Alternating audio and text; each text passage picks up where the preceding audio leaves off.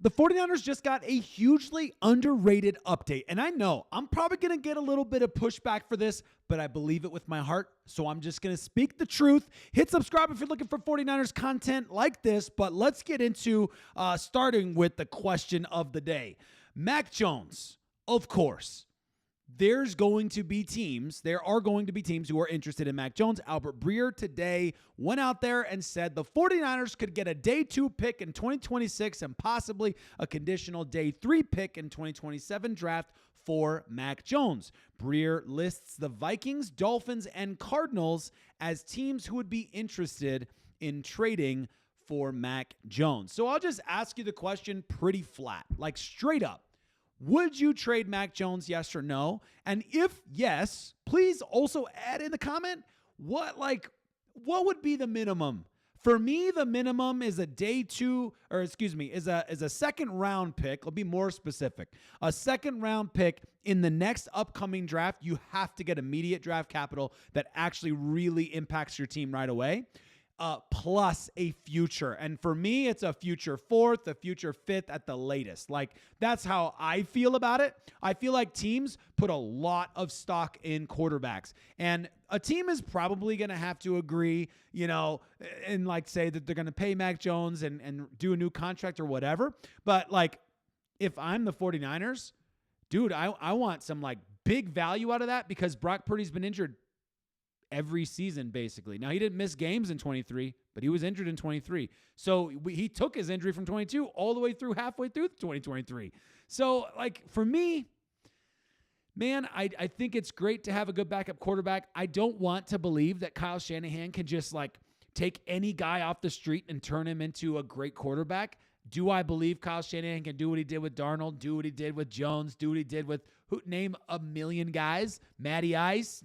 He's turned a lot of quarterbacks into much, much, much better versions of themselves. He has to get some credit for what he's done with Brock Purdy even.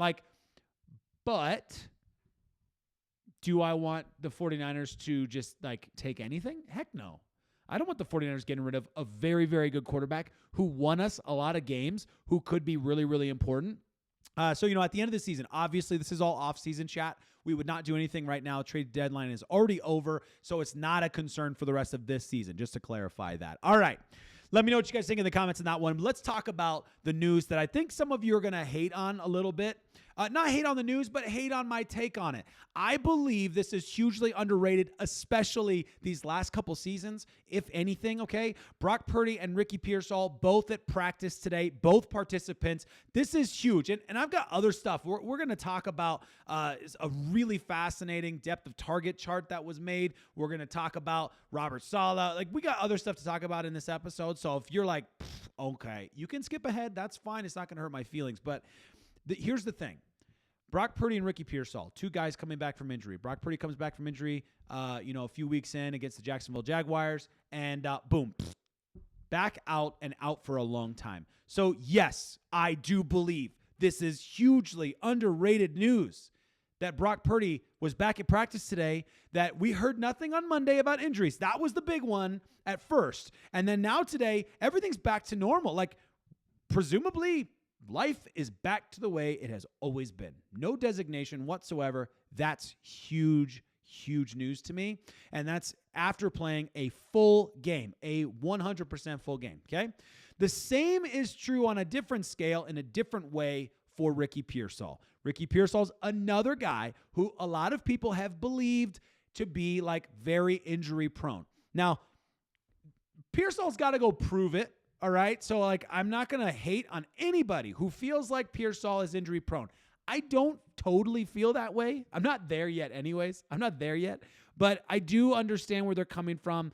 The first injury really just coming into the season, he was already coming into his rookie season. He was already injured in OTAs. Into training camp, he's injured. Then of course the incident takes place, and then he comes back, and then he's healthy for a really long stretch. NFL football games, really legit out there playing every week in, week out. And then he gets injured this season, and people say it's injury prone. So look, I get where you're coming from. And he needs a longer stretch of games without injuries, for sure. But he's back. And the big news to me is this is especially like this knee injury and all the negative stuff there. I feel, this is just my gut. This year, we saw it with Dominic Puni. We've seen it with several players. I feel like the 49ers are taking the length of time to return from injury a little more seriously this year. They're being much more careful. In my opinion, that's what I'm seeing. You let me know what you guys think in the comments. But I think this is hugely underrated news that you've got, and like Juwan Jennings is on there too. Every single week, Juwan Jennings is like back in practice is a win right now with the number of injuries that guy is holding. Okay. You got guys like Ben Barch coming back and he's doing okay. You have your center coming back, Jake Brendel, and he's still doing okay. Like there's a lot of players that with our history of injuries this season and last season too, like, dude, I feel good about the number of players that have not ended up back on the injury report. I'm just saying that's a positive. You don't have to agree with me. That's okay if you don't. Let's talk about this wild offense. This average depth of target chart was made by SF Data Niners. I love this stuff. I love this stuff. I know I nerd out on it. It may not be your thing, but let's just talk about the takeaways of what this actually means. If you're like looking at the chart and you're like, I don't care. What am I looking at? I don't even know what I'm looking at. This is wild, okay? So this is every single pass to each of these players based on their depth of target, okay, and based on the outcome of the play. So was it a completion? Was it incompletion? Was it a touchdown? Was it an interception? Interceptions are bad, okay? Interceptions are bad. So the short version, if we go to actually what SF Data Niners, the actual like main guy, his takeaways, here's what he says. Kittle, 5 touchdowns, 3 incompletions when targeted total. Granted, he'd missed a lot of football in there. Okay, but still, that's pretty wild. And when you look at 5 touchdowns and only 3 incompletions with the amount of football he's missed, 5 touchdowns is pretty crazy. Ricky Pearsall, highest depth of target at 15.6 yards. He's missed some time as well, yet he still holds the highest depth of target. Pretty wild. Let's see here. That's not highest total depth of target. That highest average. That's the average depth of target. That's okay. There's a little interpretation needed there. Juwan Jennings, 5 interceptions when targeted. Interesting. You can also add the fumble to Juwan Jennings, and I'm not blaming Juwan Jennings on all of those. I'm just saying you can also add that to Juwan Jennings, and so you're looking at 6 turnovers kind of around that individual player, okay? Take that with a grain of salt, obviously. Christian McCaffrey, wrecking my graphic with all of his targets below 5 air yards. See reply. Then he fixes his graphic. All the dots get significantly smaller just to make space for everything that Christian McCaffrey has done. This is unbelievable. This is wild. Who's sitting at how many total targets? 96 targets for Christian McCaffrey through the air this season. Obviously, you've got checkdowns to him. You've got a lot of screen plays that he's had. Like, so I get it. Like, I understand why the dots show up where they are, but it's kind of interesting to see who these targets are and where they're favored. If you look at Ricky Pearsall and his A-dot being at 15 yards, okay, and you see that little line across, that's the A-dot, right? That's the average depth of target. It is really interesting that they're favoring Ricky Pearsall on some of those deeper passes, which I think is fascinating. The deepest attempted pass was to Juwan Jennings. It was incomplete, and if I'm not mistaken, I think it was one he should have caught.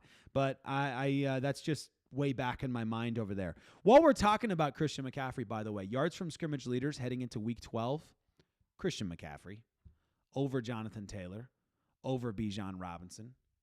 This is a guy that a lot of people were very, very worried about coming into the season, and we heard a lot of talking heads before the season started. I mean, what are we even going to get out of Christian McCaffrey? And look at what we've gotten out of Christian McCaffrey. That's unbelievable. You got to give the guy massive credit, and you have to give the team around him, including Mac Jones, a ton of credit, including the offensive line too, by the way, at times, not always, but you got to give him some credit for some of the stuff that this team has been able to produce, and the offense for me has been shaping up in a really cool way, which I think is awesome. One more thing I'll throw at you, and then you let me know what you think in the comments if you'd like, of course. You never have to, of course, but Albert Breer also talked about Robert Saleh today, talking about the likelihood of Robert Saleh ending up with another team. Here's how he put it.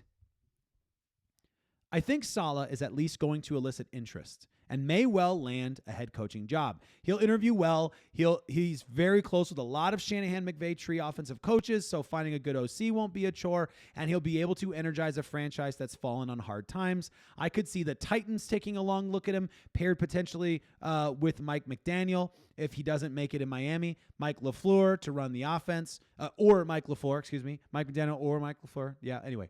If Saleh's out, I know current Falcons defensive coordinator Jeff Ulbrich would be very high on Shanahan's list. Whether he actually becomes available is another question. He likely won't. So my guess is Gus Bradley, who's currently in-house in San Francisco, would probably be the guy. Shanahan has grown to really like him, and he'd be able to take the baton pretty easily from Saleh, whom he mentored years ago. And, of course, you remember Gus Bradley was brought in around the same time as Robert Saleh. It was all kind of a little bit of a smart, genius overall move to have Saleh's successor in-house if you need him. All of that being said, I guess my question for you is not as simple as, do you think Saleh is going to take a job somewhere else or whatever? I'm kind of curious, what level of job do you think Saleh is going to require to leave the 49ers and this growing process that the 49ers are on? This team is on a great trajectory right now.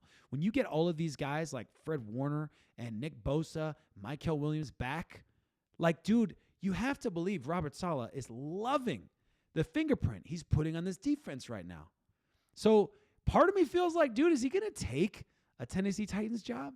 Is he going to take just any job on the market? Or is he want to see this through? I would love to know. So I'm curious what you guys think. I'm thinking about DCs in the past, guys who could move if they wanted to, that have chosen to stay with their teams.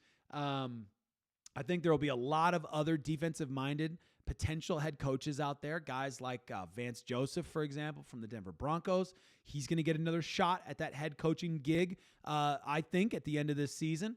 And he's put together a very good defense. And so, I just wonder, in this NFL, in today's NFL, there are not a lot of defensive-minded head coaches that are going to be getting hired by a lot of these teams. I think you're going to be seeing a higher percentage. Obviously, depends on who gets fired. But I imagine you'll be seeing a higher percentage of offensive-minded head coaches getting hired. And so the opportunities that are out there, the competition that's out there, I just wonder if I would love to know what you think. Let me know honest if you're no, dude, this guy's going to take any head coaching position he can get because that's the next step for him. Or if you feel no, he's going to be choosy. Let me know what you guys think in the comments on that one, but I really hope he decides to be choosy, and I really hope that he stays with the 49ers at least one more year, which is what I said from the very, very beginning. When we brought him in, I was I hope that they at least verbally agreed, let's be together for a couple years. Don't rush back. You see what's happened for Vance Joseph as he's had a couple years now back with the Denver Broncos, who he formerly had coached for dramatically poorly. I don't know if that's not really a phrase, but you get what I'm saying. And so, it just makes sense to me. You got guys like Spagnuolo out there who are probably just fine being a defensive coordinator for the rest of their lives. That's cool, whatever. But we know Saleh wants to be a head coach. And so the question for me would just be, does it come down to money? Does it come down to money? Is it really I don't think it would. I think the dude's making crazy good money for the Rams, for the 49ers, and I think he will make really good money wherever he goes. I don't think one extra year with the 49ers is going to make a big difference on that, right? Surely the defense will only improve. All these young players and the pillars all still under contract for the future. It seems to me if I were Robert Saleh, it's easy for me to say that, of course. I would be no, we got another year. Watch what we're going to do. You thought this was good? You thought you saw some good stuff? Just wait. 4 days away from the Carolina Panthers. Monday Night Football under the lights. Let me know what you guys think in the comments. As always, appreciate you and hope you guys have a fantastic rest of your Thursday night. Still here. Sometimes those hotkeys don't